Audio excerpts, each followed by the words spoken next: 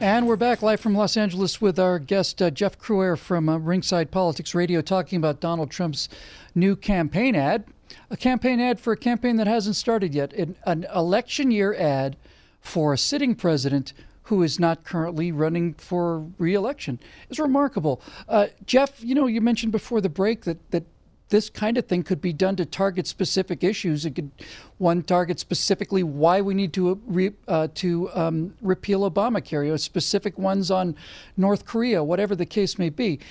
What fascinates me about this is not so much the topics, but the fact that these are very well done. They're very effective. And we are seeing Donald Trump basically, instead of trying to assault this front line and the trenches and the barbed wire and the mines and the machine guns and the artillery, he's basically going over and parachuting in behind enemy lines. He's taking that message directly to the American people in a way he wants to frame it. And I think it's brilliant. Well, Bill, I remember the Reagan administration, and I remember Ronald Reagan, who got a lot of negative coverage from the media. He would do this with sort of an address to the American people. He would go over the heads of the media. He would talk directly to the American people. It was very effective. So this, I think, is Donald Trump's way of doing it. He does it through this kind of medium. He does it through Twitter. He really reaches the American people. He does it through his rallies, which are extremely effective and very popular. And I think that's what energizes his base. I think his base is with him 100%. And I think people realize he's up against incredible odds and working hard. We know this is a guy who's not loafing around. He's working for the American people. And I think, in my view, he is delivering for the American people. Well, I've been saying for about 8 years now, or a little bit longer, that this current war for America's survival is a war of images and ideas. It's not about bullets and battleships. This is a narrative war. It's an information war. It's a perception war. Do you think that this ad is going to get some traction? Do you think it's the beginning of a whole series of ads, or do you think it's kind of a one-off, just kind of for the publicity of it? Oh, no, Bill, I think this is part of a well-thought-out campaign. As you pointed out earlier, this is a media-savvy individual who's made his career in real estate and on a reality TV show and through years being interviewed. I think he knows the media well. So I think he has got a plan to continue this from now until 2020. I mean, I think this is just the first in a series of different types of presentations we're going to see from the president. I think the rallies are all part of it, his social media expression. I'd like to see the president do more of a sit-down address with the American people, but that's obviously not what he's comfortable doing. The more that he can communicate directly with the American people, I think the better, Bill, because I think he's got a very good message that he can convey to the people. I agree, Jeff, and he's obviously hired good people. Those are tremendous ads. They're very well made, very punchy, and really, really good. Jeff, thanks so much for joining us. Jeff Cruer, our friend here, is available at Ringside Politics Radio. And thanks so much for joining us today, Jeff. It's great to get your insight on all of this. Thank you, Bill. My friend Evan Sayet, who has been on the show once or twice, said this about Donald Trump, and I think he's spot on. He said Donald Trump is a war president, and he's a war president for the kind of war that we're in. He talked about Ulysses S. Grant, who during the Civil War was a drunk. At the beginning of the war, he was a failed tanner. He was completely out of money, and he had a reputation for drinking. But Lincoln watched his career, and Lincoln said, when people would complain to him about Grant's drinking, Lincoln said, "I can't spare this man. He fights."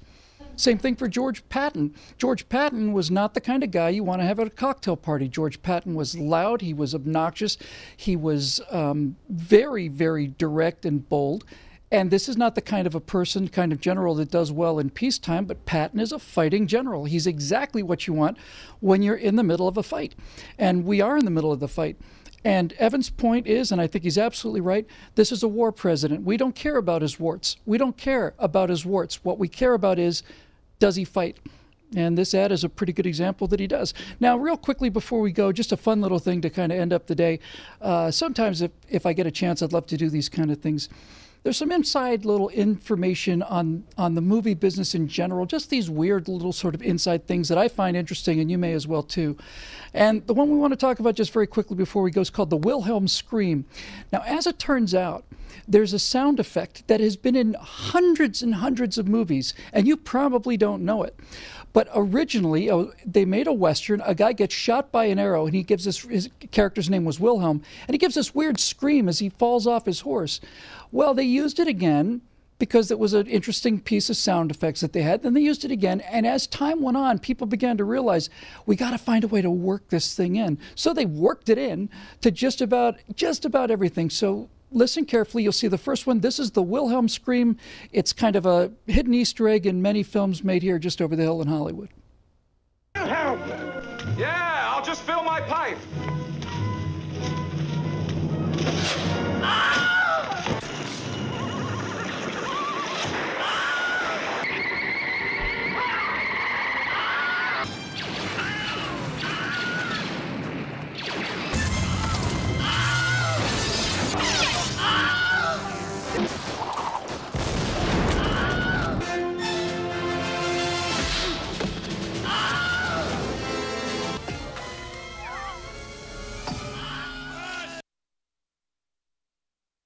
See, that's just fun.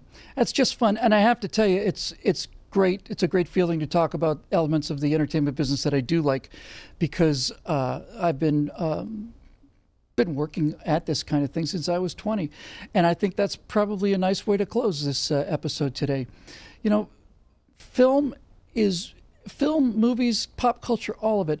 It's tremendously entertaining. It's tremendously fun. It should be there to make Americans happy. It should be there for recreational purposes. It does not have to be infused with politics every single second of every single day. We do not have to get politics in every single thing that we get.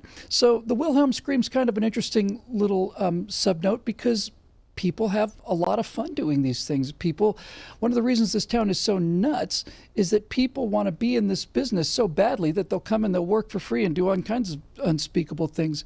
But I just love the fact that sound designers had this little hidden thing, and that all of them tried to work it into their movies. And once you've heard the Wilhelm scream, I guarantee you will notice it when you hear it next time. I'll be out there watching movies or TV, and then just suddenly just drop in there and puts a little smile on my face. I just think it's really clever and really cool. Now, if only Hollywood could get out of the politics business and go back to being what they used to be, which is a storytelling business. You know, very quickly, one of the reasons that Hollywood got so left-wing was because antitrust legislation in the 30s severed the connection between the studio and the theaters. Paramount Studios used to own Paramount Theaters and so on. So they had to make movies that would put people into the theaters, or else they lose money, they go out of business. So when you cut that connection, it doesn't matter what Hollywood puts out. Not really, because they have money coming in from overseas and any number of other places. If they were making movies to make the American people happy and satisfied, we would see a very, very, very, very, very different set of films coming from over the hill back there.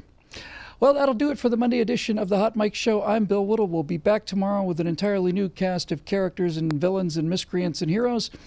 This is the Hot Mike Show, as I say, right here on NRATV.